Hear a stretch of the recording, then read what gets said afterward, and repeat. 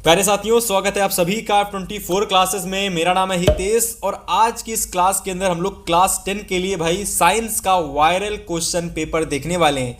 बहुत सारे स्टूडेंट्स के भैया डाउट आ रहे थे, कमेंट्स आ रहे थे कि भैया 25 फरवरी हमारा विज्ञान का पेपर लगा हुआ है और इससे पहले मैं आपके लिए बहुत सारे ऐसे वीडियो प्रोवाइड कर चुका हूं जहां पर मैंने आपको बताया है कि आपका कौन सा पेपर किस डेट को होने वाला है और कैसे कैसे क्वेश्चंस आपके पेपर में आने वाले हैं। ठीक है, बहुत सारे स्टूडेंट्स कमेंट कर रहे थे भैया 25 फरवरी को विज्ञान का पेपर होने वाला है और विज्ञान के पेपर में हमारे किस तरीके के क्वेश्चंस आने वाले हैं, पेपर पैटर्न कैसा रहने वाला है, किस किस तरीके से हमें क्वेश्चंस करने हैं, ये सारी जानकारी आप हमें एक वीडियो में बताइएगा। तो प्यारे साथी, आज के इस वीडियो के अंदर 25 फरवरी विज्ञान का पेपर, मेरी गारंटी अगर आपने इस क्लास को ए से लगाकर मतलब शुरुआत से लगाकर एकदम अंत तक अगर आपने देखा, यानी A to Z अगर आपने इस क्लास को पूरा देखा, यहां पर आपको मैं कंप्लीट बताने वाला हूं कि आप लोगों को किस तरीके से पेपर करके आना है, पेपर में कैसे कैसे क्वेश्चंस आपको देखने को मिलने वाले हैं साइंस के पेपर में। ठीक है, इसके अलावा आज की इस क्लास के अंदर प्यारे साथी, आप लोग बोर्ड एग्जाम में साइंस के पेपर में बेहतर स्कोर कैसे ला सकते हो, इसके लिए आप सभी के लिए मैं बहुत इंपॉर्टेंट आपके लिए मैंने एक सरप्राइज आपके लिए प्लान कर रखा है भाई। और उस सरप्राइज क्या रहने वाला है, क्या वो सरप्राइज है, मैं आपको सारा कुछ बताने वाला हूं इस वीडियो के अंदर। तो जितने भी स्टूडेंट्स क्लास को देख रहे हैं भाई, क्लास को एकदम लास्ट तक देखना। मेरी गारंटी है कि भाई साइंस के पेपर, विज्ञान के पेपर में आपको कोई भी दिक्कत नहीं होगी 25 फरवरी वाले दिन। बस क्लास को एकदम लास्ट तक देख लेना। इसमें क्या क्या होगा, देखो पेपर जो होगा उसमें सबसे पहला काम आपको होगा कि सबसे पहले आपको प्रारंभ के जो 15 मिनट मिलेंगे ना, इसमें आपको भाई जो भी क्वेश्चन पेपर मिलेगा उसमें आपको पढ़ना होगा कि कौन कौन से क्वेश्चन हमारे पूछे गए हैं। पहला काम सभी स्टूडेंट्स को यही करना है भाई कि सबसे पहले प्रारंभ के 15 मिनट में आपको प्रश्न में देखना है, प्रश्न पत्र में देखना है कि कैसे कैसे क्वेश्चंस हमारे पेपर में पूछे गए हैं और कौन कौन से क्वेश्चंस हमको आते हैं। तो स्टार्टिंग के 15 मिनट में सभी को यही करना है। ठीक है, इसके अलावा आप लोग निर्देश को भी पढ़ लेना। ठीक है, जो भी आपके पेपर में निर्देश दे रखे हो उन निर्देश को भी पढ़ लेना। ठीक है, हालांकि यहाँ पर जो भी निर्देश हैं इनको आप स्क्रीनशॉट ले लेना और इनको आप लोग बाद में कभी पढ़ लेना। ठीक है, फिलहाल सबसे पहला हमारा जो टारगेट रहने वाला है वह हमारा ये रहेगा कि पेपर में कैसे कैसे क्वेश्चंस आते हैं। ठीक है, तो यहाँ पर हम लोग एक एक चीज़ को समझेंगे, है ना। कोई भी आपको दिक्कत नहीं होगी, डाउट नहीं होगा, मतलब साइंस का A to Z पूरी जानकारी आपको इस क्लास के अंदर होने वाली है। ठीक है, सबसे पहले अगर हम बात करते हैं भाई खंड आ के बारे में, जो कि हमारा सबसे पहला सेक्शन होगा खंड आ। यहाँ पर आपको बहुविकल्पी क्वेश्चंस देखने को मिलेंगे। ठीक है, टोटल अगर हम बात करते हैं तो भाई 20 क्वेश्चंस आपके पेपर में आने वाले हैं, 20 क्वेश्चंस, और ये टोटल 20 मार्क्स के आपको देखने को मिलेंगे। ठीक है, 20 मार्क्स के होंगे, 20 क्वेश्चंस होंगे। तो सबसे पहले हम लोग यहाँ पर देखेंगे उपखंड का को। अगर हम उपखंड का की बात करते हैं, अगर हम उपखंड का की बात करते हैं तो यहाँ पर उपखंड का में आपको जितने भी क्वेश्चंस देखने को मिलेंगे, जितने भी क्वेश्चंस सारे आपके केमिस्ट्री के होंगे। ठीक है, तो केमिस्ट्री के कौन कौन से क्वेश्चंस आपको देखने को मिलेंगे सारे आप अच्छे से नोट करना और पेपर से पहले इनको कहीं ना कहीं रिवाइज करके आप जरूर से जाना। ठीक है, सबसे पहला क्वेश्चन हमारा है कि फॉर्मेल्डिहाइड का अणुसूत्र निम्न में से कौन सा है। अगर हम बात करते हैं फॉर्मेल्डिहाइड के अणुसूत्र की, तो आप सभी को पता होगा भाई कि जो फॉर्मेल्डिहाइड का अणुसूत्र होता है भाई वो हमारा HCHO होता है। अब कैसे होता है तो आप सभी को पता होगा, जितने भी हमारे एल्डिहाइड होते हैं, जितने भी हमारे एल्डिहाइड होते हैं उसमें उनका जो क्रियात्मक समूह होता है वो CHO होता है। ठीक है, तो CHO क्रियात्मक समूह होता है और अंत में आप देख पा रहे होंगे CHO यहाँ पर दे रखा है। और फॉर्मे का मतलब होता है केवल एक कार्बन। ठीक है, तो एक कार्बन है और एक हमारा यहाँ पर OH समूह लगा हुआ है। ठीक है, और इस तरीके से आप यहाँ पर ये कह सकते हो कि फॉर्मेल्डिहाइड का हमारा जो फार्मूला होगा वो हमारा HCHO हो जाएगा। ठीक है, चलिए इसके बाद आगे हम बात करते हैं भाई नेक्स्ट क्वेश्चंस की। तो कह रहा है कि निम्नलिखित में से एल्कीन कौन है। यहाँ पर हमको एल्कीन बता रहा है, मतलब बताना है हमको कि एल्कीन यहाँ पर हमारा कौन सा होता है। देखो एल्केन होता है, एल्केन होता है, एल्कीन होता है और आपका एल्काइन होता है। ठीक है। तो यहाँ पर हमसे पूछा जा रहा है कि एल्कीन हमारा कौन सा है, एल्कीन। तो एल्कीन मतलब क्या होता है, एल्कीन वह है जिसमें कार्बन और कार्बन के बीच में डबल बॉन्ड पाया जाता है, ठीक है, उसको हम एल्कीन बोलते हैं। कार्बन और कार्बन के बीच में जब सिंगल बॉन्ड होता है तो एल्केन कहते हैं, और कार्बन और कार्बन के बीच में जब 3 बॉन्ड पाए जाते हैं यानी ट्रिपल बॉन्डिंग होती है तो उसको हम लोग बोलते हैं एल्काइन। तो यहाँ एल्कीन पूछा गया तो डायरेक्ट हम लोग कह देंगे ऑप्शन नंबर बी हमारा जो है ये बिल्कुल सही हो जाएगा, क्योंकि यहाँ पर हमारे डबल बॉन्ड कार्बन और कार्बन के बीच में दे रखे हैं। तो ऑप्शन नंबर बी आपका बिल्कुल सही हो जाएगा। तीसरा क्वेश्चन कह रहा है कि आघात वर्धता प्रदर्शित कौन सा करता है। यहाँ पर आपको 4 ऑप्शन दे रखे हैं, 4 धातुएं आपको दे रखी हैं, तो इन 4 धातुओं में से आघात वर्धता कौन सी धातु प्रदर्शित करती है। तो देखिए सभी स्टूडेंट्स का लगभग सही आंसर आना चाहिए भाई कि आघात वर्धता प्रदर्शित करने वाला, ठीक है, आघात वर्धता प्रदर्शित करने वाला जो हमारा भाई कह सकते हो कि धातु है वह हमारी कौन सी है, बताइए। आघात वर्धता प्रदर्शित करने वाली हमारी यहाँ पर धातु कौन सी है, सभी लोग कमेंट करके बताएंगे। तो यहाँ से ऑप्शन नंबर सी, एक मिनट, ऑप्शन नंबर डी देखो, ठीक है, ये सी ये वाला हो जाएगा, डी ये वाला हो जाएगा, ठीक है।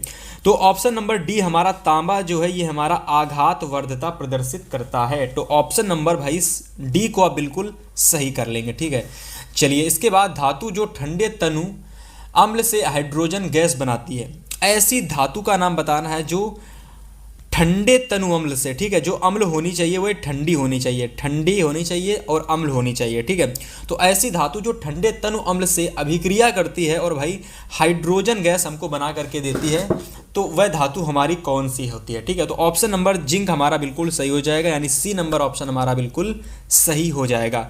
जब हम लोग जिंक धातु की अभिक्रिया क्या करते हैं प्यारे साथी, जब हम ठंडे तनु अम्ल से कराते हैं तो हमेशा याद रखना भाई जो हमारी गैस निकलती है वो हमारी हाइड्रोजन गैस होती है। हाइड्रोजन गैस हमारी निकलती है जब हम लोग ठंडे तनु अम्ल के साथ में जिंक धातु की अभिक्रिया कराते हैं तो हाइड्रोजन गैस निकलती है, ठीक है। आगे कह रहा क्वेश्चन नंबर 5 कि निम्नलिखित में से कौन सी धातु होती है जो ठंडे जल में अभिक्रिया करके हाइड्रोजन गैस देती है। ऐसी कौन सी धातु होती है जो ठंडे जल में अभिक्रिया करके हाइड्रोजन गैस देती है। देखो यहाँ पर थोड़ा सा अलग है क्वेश्चन, ये मत समझ लेना दोनों क्वेश्चन अलग हैं, दोनों क्वेश्चन एक नहीं है, दोनों के दोनों अलग क्वेश्चन हैं। यहाँ पर आपको उस धातु का नाम बताना है जो कि ठंडे जल में अभिक्रिया करके हाइड्रोजन गैस देती है, ठीक है। हाइड्रोजन गैस देती है किसमें, अभिक्रिया करके ठंडे जल में। तो वह धातु हमारी 2 होती हैं, 2 धातुएं होती हैं। सबसे पहली के मतलब पोटेशियम, के मतलब पोटेशियम, के मतलब पोटेशियम धातु, और इसके अलावा दूसरी हमारी होती है यानी मतलब सोडियम धातु, ठीक है। पोटेशियम धातु और सोडियम धातु। तो यहां से मैं यह कह सकता हूं कि ऑप्शन में अगर के आता है तो मैं उसको सही करूंगा, ऑप्शन में अगर सोडियम आता है तो मैं उसको सही करूंगा, और अगर दोनों ऑप्शन आते हैं तो भाई सबसे पहले मैं पोटेशियम को ही सही करूंगा, ठीक है। तो यहां से चलिए ऑप्शन आपको दिखाते हैं और सोडियम और पोटेशियम में से कौन सा ऑप्शन आपको दे रखा है। तो यहाँ पर ऑप्शन अगर आप नज़र डालेंगे भाई तो 4 ऑप्शन आपको दिख रहे होंगे। एक एजी मतलब यहाँ पर हमारा, तो चलिए ऑप्शन पर अगर हम नज़र डालते हैं भाई तो हमारे 4 ऑप्शन दिख रहे हैं। सबसे पहला ऑप्शन आपको नज़र आ रहा है एजी, दूसरा आपका है के यानी पोटेशियम, तीसरा है आपका एल यानी कि एल्युमिनियम, और चौथा आपका सीयू यानी कॉपर। तो अगर मैं उस धातु की बात करता हूँ जो कि ठंडे जल से अभिक्रिया करके हमको हाइड्रोजन गैस बना करके देती है, तो वह धातु हमारी कौन सी हो जाएगी भाई, तो वह धातु हमारी यहाँ से के यानी पोटेशियम धातु हमारी हो जाएगी, ठीक है। तो ऑप्शन नंबर बी को यहाँ क्या करेंगे, आप बिल्कुल सही करेंगे। इसके बाद अगर हम क्वेश्चन नंबर 6 की बात करते हैं कि धावन सोडे का रासायनिक नाम क्या होता है, तो अगर हम धावन सोडे की बात करते हैं कि धावन सोडा का जो रासायनिक नाम होता है भाई वह क्या होता है, तो देखिए सिंपल है, बिल्कुल आसान सा है कि धावन सोडा का रासायनिक नाम मैंने आपको बहुत बार बताया है, सोडियम हाइड्रोजन कार्बोनेट या तो सोडियम बाइकार्बोनेट, ठीक है। तो यहाँ से आप लोग ऑप्शन नंबर सी को बिल्कुल सही करेंगे। एक मिनट, देखो यहाँ पर धावन सोडे की बात की जा रही है ना। तो धावन सोडे का पता है क्या होता है फार्मूला, सोडियम कार्बोनेट यानी Na2CO3 .10H2O, यही होता है ना फॉर्मूला भाई धावन सोडा का। तो धावन सोडा का फार्मूला होता है Na2CO3.10H2O। अगर मैं वहाँ से बात करता हूँ तो केवल इतने को लेता हूँ, क्योंकि ये 10 जल के जो अणु होते हैं इसका कोई मतलब नहीं होता है, तो डायरेक्ट मैं यह कह सकता हूँ यहाँ से कि Na2CO3 हमारे धावन सोडे का रासायनिक सूत्र होता है, रासायनिक नाम होता है। ठीक है, चलिए आगे बात करते हैं 7 नंबर की, निम्नलिखित में से अम्लीय लवण कौन सा है भाई। तो अम्लीय लवण अगर हम बात करते हैं भाई, तो यहां से NaHCO3 ये हमारा एक अम्लीय लवण हो जाता है। इतने क्वेश्चंस आपके सामने जो मैंने डिस्कस किए, ये सारे क्वेश्चंस आपकी केमिस्ट्री के क्वेश्चंस हैं, और ये वह क्वेश्चंस हैं जो कि आपके बोर्ड एग्जाम 25 फरवरी विज्ञान के लिए सबसे ज़्यादा इंपॉर्टेंट हैं। ठीक है, डेफिनेटली इन सभी क्वेश्चंस को आप लोग वेरी इंपॉर्टेंट डाल लो। ठीक है, वेरी इंपॉर्टेंट डाल लो, और इन सारे क्वेश्चंस को आप तैयार करके जाना, रिवाइज करके जाना। लगभग क्वेश्चंस आपको यहीं से ही देखने को मिलने वाले हैं। ठीक है, मोस्ट एक्सपेक्टेड क्वेश्चंस हैं ये आपके बोर्ड एग्जाम के लिए। ठीक है, और कहीं ना कहीं इनका आप स्क्रीनशॉट करके रख लेना, और हो सके तो इनको नोट करके रख लेना, और पेपर से पहले इनको रिवाइज करके ज़रूर जाना। ठीक है, उपखंड खा में अगर हम बात करते हैं तो हमारा जो देखने को मिलता है, यानी हमको जो देखने को मिलता है पेपर में, वह हमारा बायो सेक्शन होता है, यानी बायोलॉजी का सेक्शन। अब यहाँ पर हमारे बायोलॉजी के वह सारे एक नंबर वाले क्वेश्चंस होंगे, वह सारे ऑब्जेक्टिव क्वेश्चंस होंगे जो आपको मतलब आपके पेपर के लिए सबसे ज़्यादा इंपॉर्टेंट होंगे।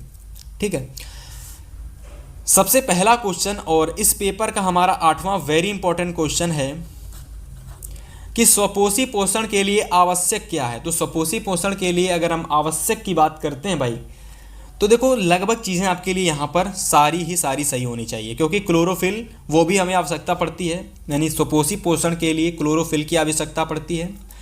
सूर्य का प्रकाश भी होना चाहिए, कार्बन डाइऑक्साइड भी होनी चाहिए, और जल भी होना चाहिए। मतलब क्लोरोफिल, सूर्य का प्रकाश, कार्बन डाइऑक्साइड और जल, जब ये चारों चीज़ें होंगी तभी जाकर के स्वपोषी पोषण जो जीव होते हैं वह पोषण की प्रक्रिया कर पाएंगे।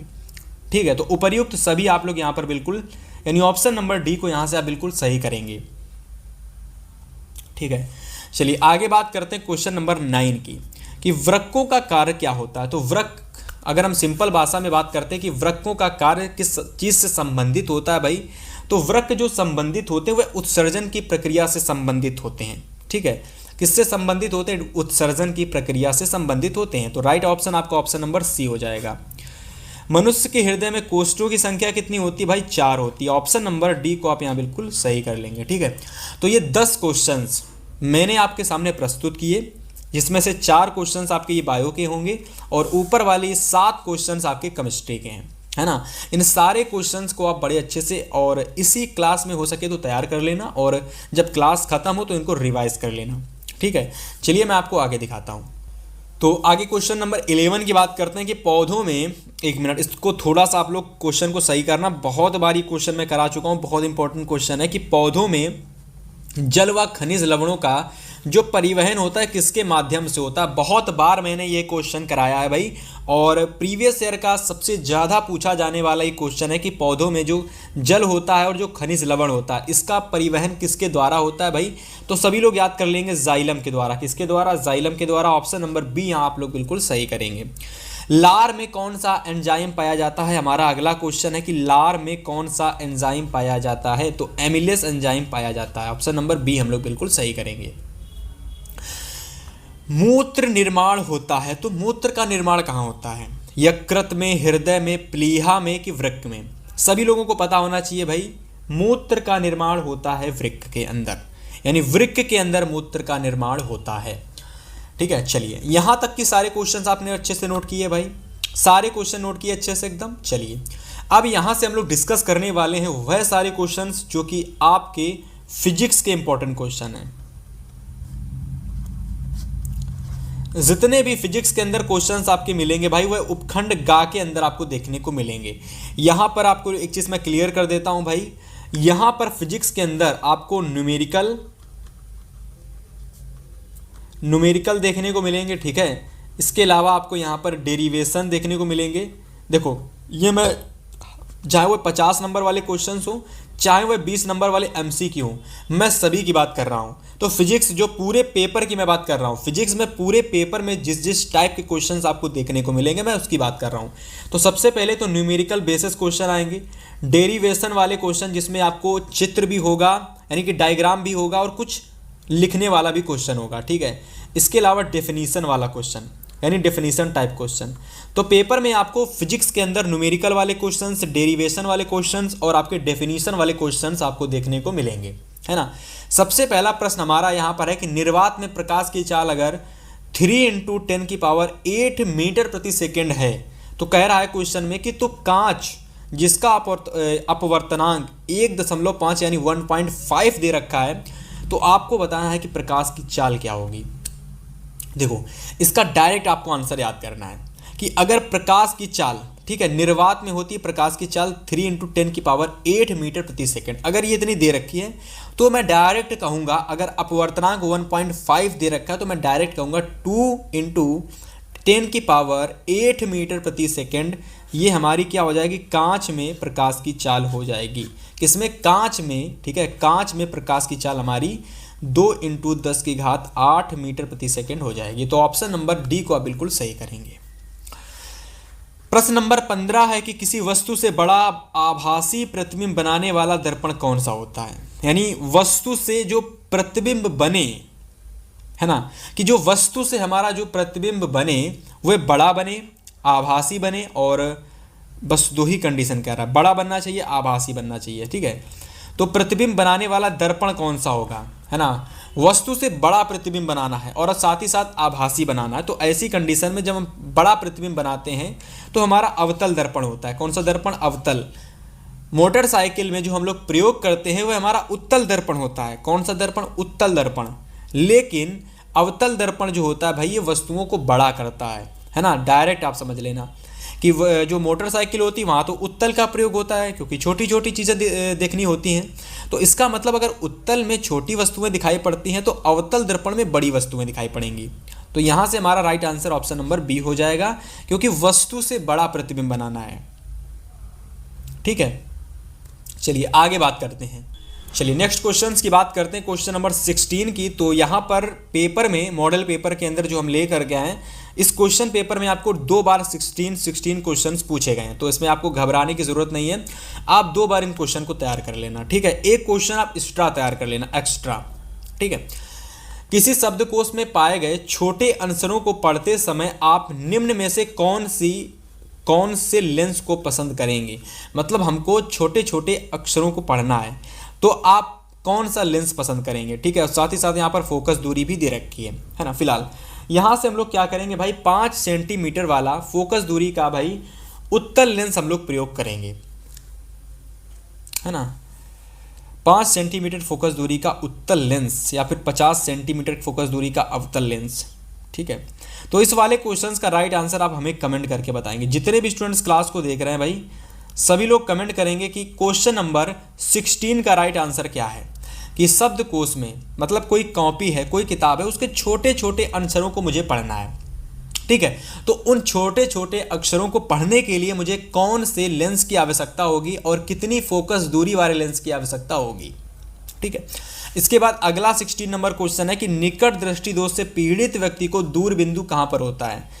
जो भी व्यक्ति, यानी जिसकी भी ऐसा व्यक्ति जिसकी आंखों में निकट दृष्टि दोष है भाई, कौन सा दृष्टि दोष, निकट दृष्टि दोष है, तो जायज सी बात है, सभी को पता होना चाहिए भाई कि जो उसका दूर बिंदु स्थित होता है भाई वह अनंत से कुछ कम दूरी पर होता है। तो ऑप्शन नंबर डी यहाँ पर हमारा बिल्कुल सही हो जाएगा। 17 नंबर क्वेश्चन है कि प्रिज्म से श्वेत प्रकाश की, जब हम लोग प्रिज्म से किसी श्वेत प्रकाश को निकालते हैं या फिर गुजारते हैं या फिर गुजरती है, ठीक है।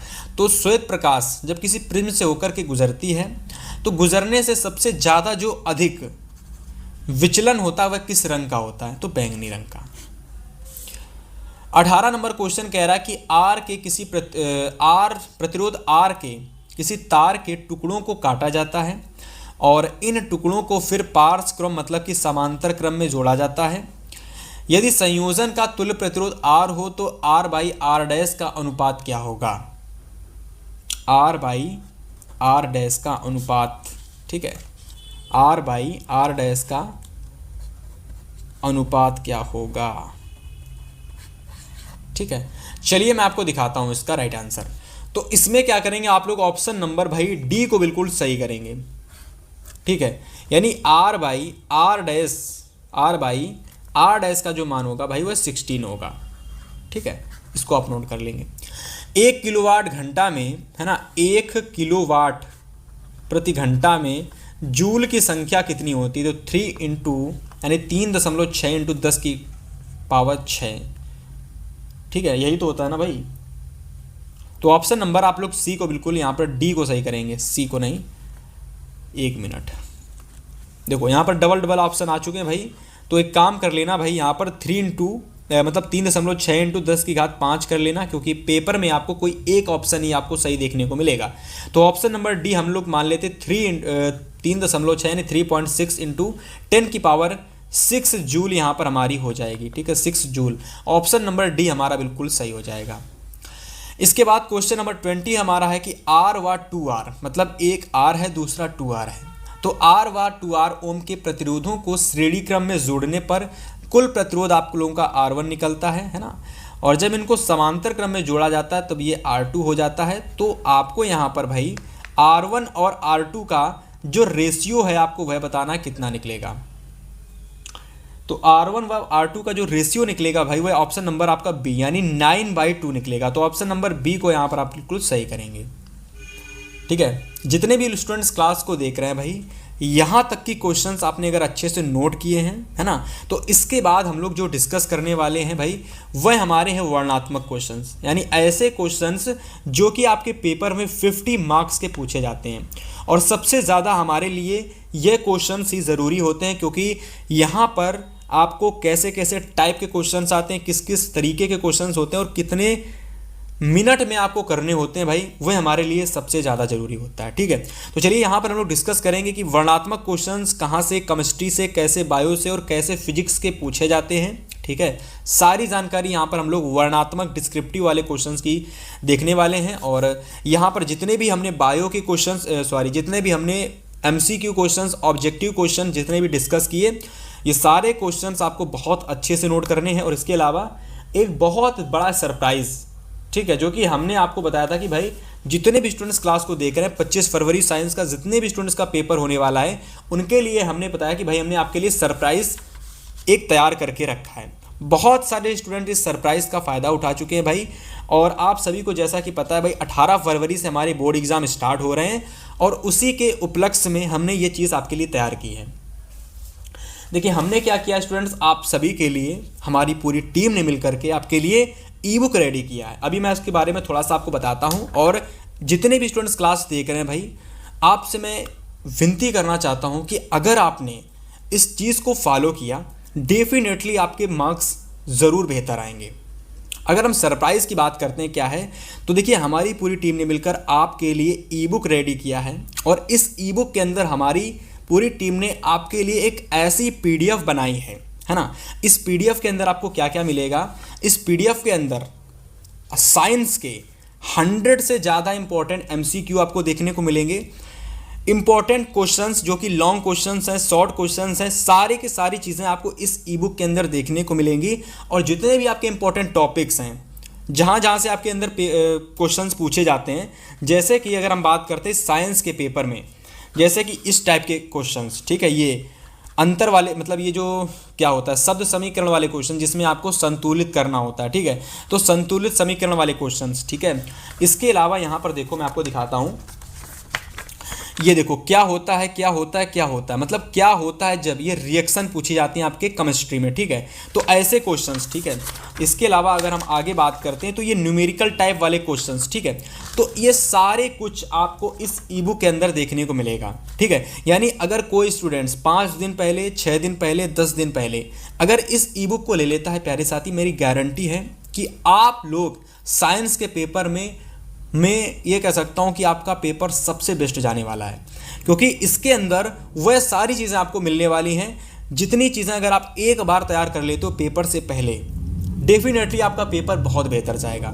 इसके अलावा इसमें आपको 10 से ज़्यादा मॉडल पेपर देखने को मिलेंगे।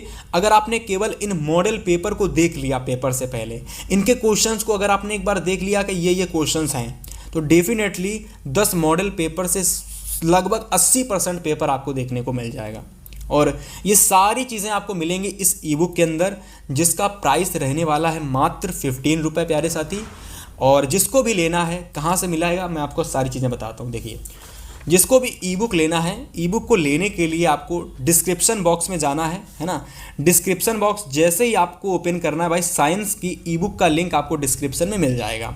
इसी तरीके से हिंदी का लिंक, इंग्लिश का लिंक, मैथ का लिंक और आपको सभी सब्जेक्ट का लिंक आपको डिस्क्रिप्शन बॉक्स में मिलेगा।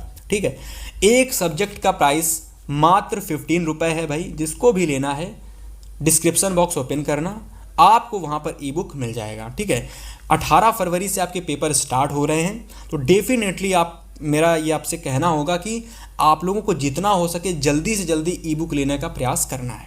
ठीक है, फिलहाल यहाँ पर अब हम डिस्कस करने वाले हैं भाई 50 नंबर के हमारे वर्णनात्मक क्वेश्चंस, डिस्क्रिप्टिव वाले क्वेश्चंस, सारी चीज़ें यहाँ पर हम लोग डिस्कस करेंगे, केमिस्ट्री, फिजिक्स, बायो सबको। और इस वीडियो को आप अगर अंत तक देख लेते हो तो साइंस के कोई भी डाउट, साइंस से रिलेटेड कोई भी डाउट आपको पेपर में, कोई भी दिक्कत आपको पेपर में नहीं होने वाली है। तो सबसे पहले अगर हम बात करते हैं भाई कि वर्णनात्मक क्वेश्चन में आपको क्या देखने को मिलेगा, तो सबसे पहले उपखंड का आएगा, जहां पर आपको केमिस्ट्री देखने को मिलेगी। हर बार की तरह भाई केमिस्ट्री आपके पेपर में सर्वप्रथम सबसे पहले पूछी जाएगी। ठीक है, तो केमिस्ट्री में तो लगभग आपको सबसे पहले आपके पेपर में जो क्वेश्चन देखने को मिलेगा वह क्वेश्चन आपका होगा संतुलित रासायनिक समीकरण का। देखो, इस तरीके के क्वेश्चंस आपके पेपर में आएंगे, है ना। अब इन सभी क्वेश्चंस को, मतलब अगर मैं सिंपल शब्दों में बात करता हूं तो आपके पेपर में भाई शब्द समीकरण होंगे। ये देखो, ये जो दे रखे हैं भाई, ठीक है, ये क्या है, तो ये आपके शब्द समीकरण है। ठीक है, ये क्या है, ये शब्द समीकरण है। तो आपके पेपर में 4 शब्द समीकरण आएंगे, बेसिकली 4 ही आएंगे, हो सकेगा तो इससे ज़्यादा भी आ सकते हैं, लेकिन नॉर्मल की अगर मैं बात करता हूँ तो 4 ही आएंगे। तो इन 4 शब्द समीकरणों को सबसे पहले तो आपको क्या करना है कि भाई इनको लिखना है ना। इसके बाद इनको आपको संतुलित करना होता है। ठीक है, तो संतुलित समीकरण से रिलेटेड 4 नंबर का एक क्वेश्चन केमिस्ट्री में आपको पेपर में जरूर देखने को मिलेगा, है ना। और ये शब्द समीकरण वाला क्वेश्चन बहुत अच्छे से आपको भाई ई बुक के अंदर, जो हमने ई बुक तैयार की है भाई, इसके अंदर आपको ये पूरा टॉपिक कंप्लीट देखने को मिलने वाला है। तो ये पूरा टॉपिक इस ई बुक के अंदर आपको कंप्लीट देखने को मिलने वाला है। ठीक है, इसके अलावा मैं आपको वह सारी चीज़ें आपको इस ई बुक के अंदर दी हैं मैंने, जिससे अगर कोई भी स्टूडेंट्स इस ई बुक को ले लेता है और पेपर से पहले 5 दिन भी केवल ई बुक की चीज़ों को तैयार कर लेता है प्यारे साथी, तो लगभग आपके पेपर में ऐसा कोई क्वेश्चन नहीं होगा जो इस ई बुक से बाहर जाएगा, है ना। क्योंकि इस ई बुक के अंदर हमने आपको सारी चीज़ें दी हुई हैं, है ना। Objective questions, important long questions, important short questions, और इसके अलावा 10 से ज़्यादा मॉडल पेपर आपको यहाँ पर मैंने दिए हैं। तो जिसको भी लेना है भाई, मिनिमम प्राइस है, बहुत सारे स्टूडेंट्स ले चुके हैं, और जिन्होंने अभी तक नहीं लिया है भाई, डिस्क्रिप्शन बॉक्स में लिंक पड़ा हुआ है। मात्र 15 रुपये के अंदर हम ये दे रहे हैं। हम चाहते तो इसका प्राइस बढ़ा भी सकते थे, लेकिन हम चाहते हैं कि जितने भी स्टूडेंट्स F24 क्लासेस के साथ जुड़े हुए हैं उनको कोई ऐसा प्राइस ना पे करना पड़े जिससे कि उनका बहुत ज़्यादा सोचना समझना पड़ जाए। ठीक है, 15 रुपये इतना मिनिमम प्राइस है, किसी को भी सोचना नहीं पड़ेगा, और भाई आसानी से इसको आप अफोर्ड कर सकते हो। ठीक है, इतने मिनिमम अमाउंट में पूरे यूट्यूब पर हो, कोई भी नहीं दे रहा है, और आज के समय में 15 रुपये में कोई चीज़ भी नहीं मिलती है, सभी को पता है। ठीक है, तो जिसको भी ई बुक लेना है भाई, अभी डिस्क्रिप्शन बॉक्स ओपन करना। अभी के समय इसका प्राइस मात्र 15 रुपये चल रहा है। तो जिसको भी साइंस का ई बुक लेना है भाई, सभी लोग डिस्क्रिप्शन बॉक्स ओपन करेंगे और ज़रूर लेंगे। और पहला जो क्वेश्चन आपको होगा इसी टॉपिक पर आपको आपके केमिस्ट्री के पेपर में देखने को मिलेगा। इसके अलावा 2-2 नंबर वाले क्वेश्चंस आपके पेपर में आएंगे, जैसे कि प्लास्टर ऑफ पेरिस की जल योजन अभिक्रिया लिखिए, तो ये काफ़ी ज़्यादा इंपॉर्टेंट क्वेश्चन है। ठीक है, और इसके अलावा दूसरा क्वेश्चन आप तैयार करना कि पीएच मान से आप क्या समझते हो। शुद्ध जल में जो हाइड्रोजन आयनों का जो सांद्रण होता है वह क्या होता है, इसके बारे में आपको टिप्पणी लिखना है। बेसिकली यहाँ पर आपको पीएच मान से आप क्या समझते हैं, इसके ऊपर आपको आंसर यहाँ पर लिखना पड़ेगा। ठीक है,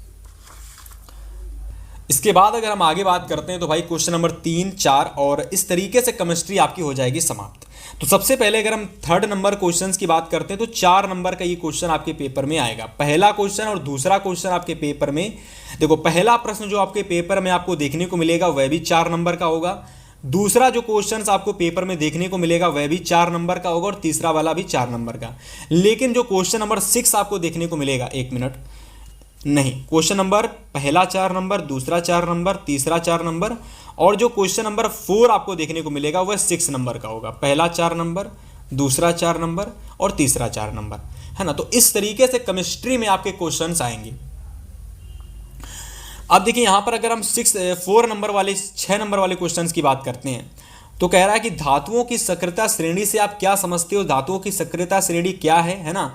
हाइड्रोजन से अधिक सक्रिय एवं दूसरे कम सक्रिय ऐसे ऐसे एक धातु का नाम लिखिएगा, ऐसे एक एक धातु का नाम लिखिएगा। 6 नंबर का ये क्वेश्चन है भाई। बेसिकली आप सभी को पता चल रहा होगा कि ये थोड़ा सा लेंदी क्वेश्चन आप सभी का है, ठीक है। लेकिन हम क्या करते हैं भाई कि हम अपने स्टूडेंट्स को जो आसान तरीका होता है वही बताते हैं। तो आप इस क्वेश्चन को स्किप करके आओगे और इसकी जगह आप लोग क्या होता है जब करके जो क्वेश्चन आता है पेपर में उसको करके आओगे। देखो क्या होता है जब मैं आपको बता देता हूं क्या है। तो ये एक तरीके से रिएक्शन बेसिस क्वेश्चन होते हैं। रिएक्शन वाले क्वेश्चन या फिर रिएक्शन पर आधारित क्वेश्चन होते हैं, जहां पर आपको इस तरीके के क्वेश्चंस आते हैं। जैसे कि क्या होता है जब हम लोग एथिल एसीटेट को क्षारक की उपस्थिति में जल से घटित करते हैं, जल से घटित करते हैं। तो आपको बताना होता है कि जब एथिल एसीटेट की क्रिया क्षारक की उपस्थिति में कराते हैं तो क्या होता है। वह क्षारक हमारा कोई भी हो सकता है। आप यहाँ पर क्षारक के स्थान पे आप लोग 2 चीज़ें ले लेना। सबसे पहला Na2CO3 ले लेना, ठीक है। इसके अलावा अगर मैं बात करता हूँ भाई तो आप NaHCO3 ले लेना, ठीक है। तो आप लोग ये 2 क्षारक ले सकते हो जिसकी क्रिया आप एथिल एसीटेट से करा सकते हो, ठीक है। इसके अलावा दूसरा क्वेश्चन हमारा है कि क्या होता है जब हम लोग एथिल अल्कोहल को सांद्र सल्फ्यूरिक अम्ल के साथ में 160 डिग्री सेल्सियस से 170 डिग्री सेल्सियस तक गर्म करते हैं तो क्या होता है। तीसरा क्वेश्चन हमारा है कि क्या होता है जब हम लोग एथिल अल्कोहल को सोडियम हाइड्रोजन कार्बोनेट के साथ गर्म करते हैं।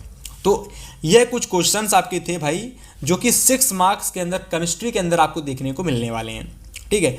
डेफिनेटली इन सभी क्वेश्चंस को आप तैयार जरूर से करेंगे, ठीक है। इसके अलावा अगर मैं उपखंड खा की बात करता हूं, चलिए तो अब यहां से हम लोग देखेंगे उपखंड खा को। जिस तरीके से हम लोगों ने उपखंड गा को देखा और उसी तरीके से हम लोग उपखंड खा को देखेंगे।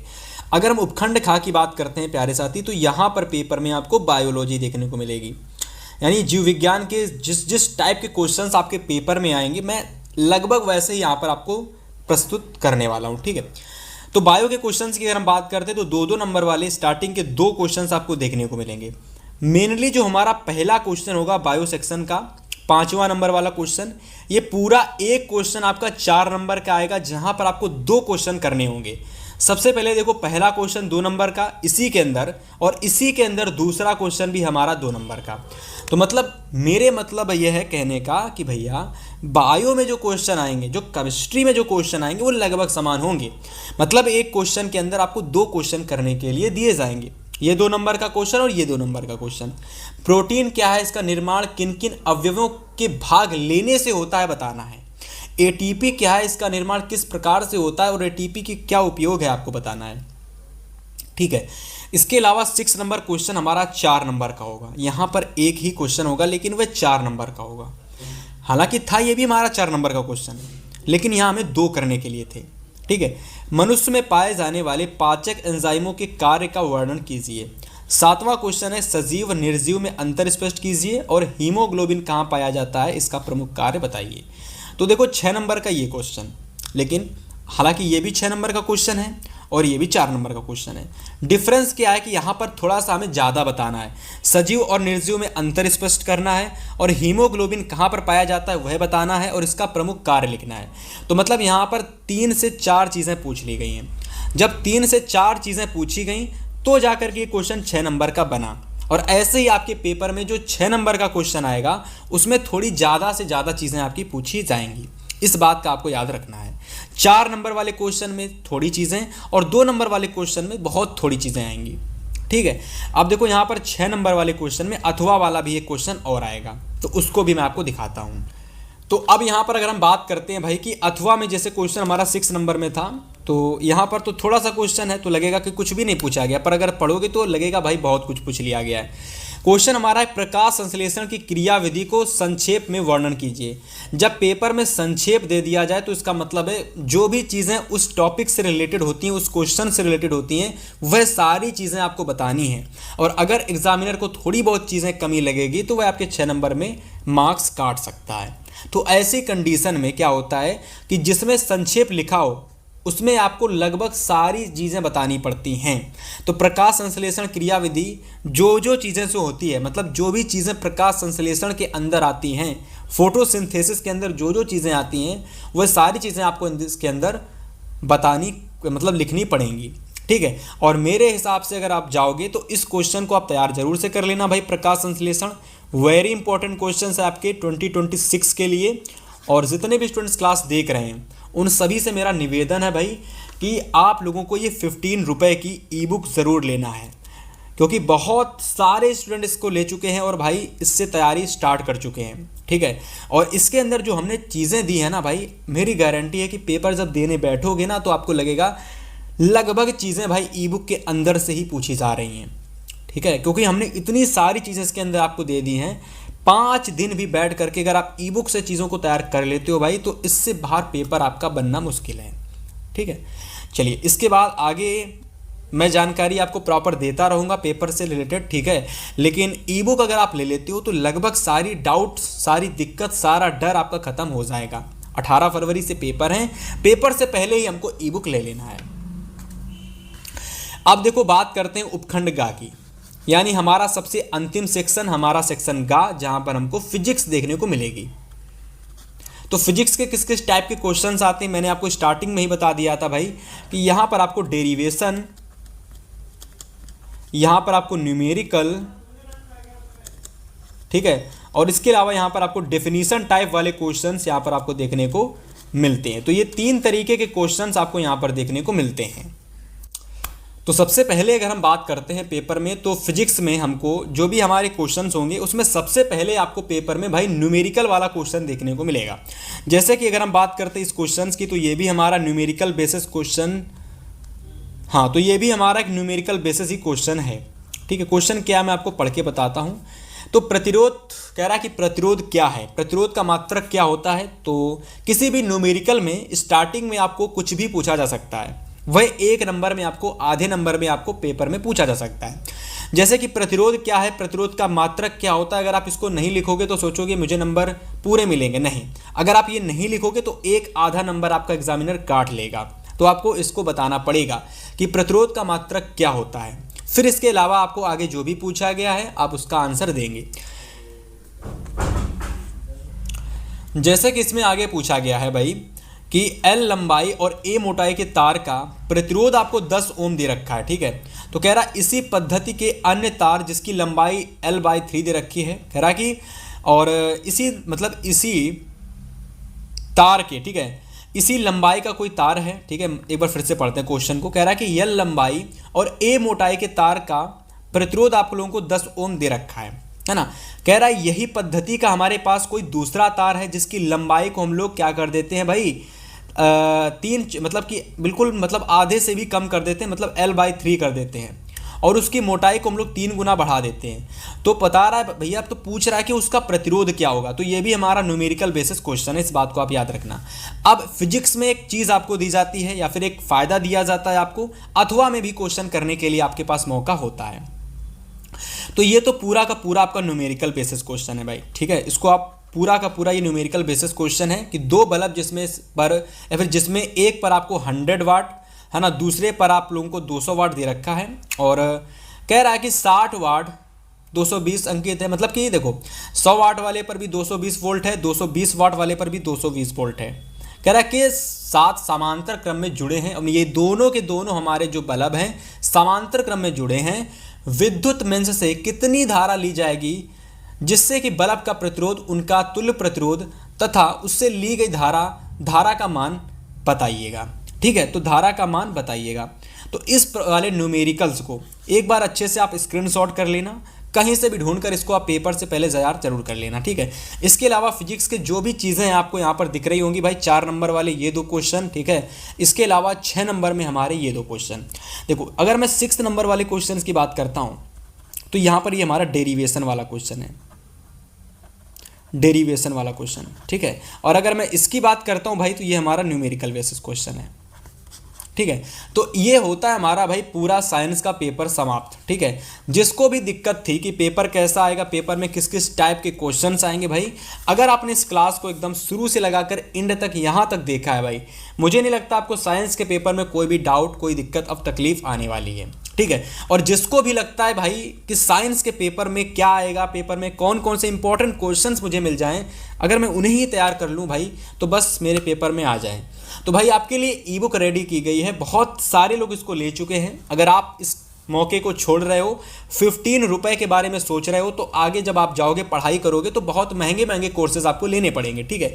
तो 15 रुपए में आज के समय में कुछ भी नहीं मिलता, लेकिन हम आपको इतनी चीज़ें दे रहे हैं जिसकी आपने कल्पना भी नहीं की होगी, ठीक है। जिसको भी ई बुक लेना है भाई, डिस्क्रिप्शन बॉक्स ओपन करना, आपको लिंक मिल जाएगा। फिलहाल इस वीडियो में इतना ही, मिलेंगे नेक्स्ट वीडियो में।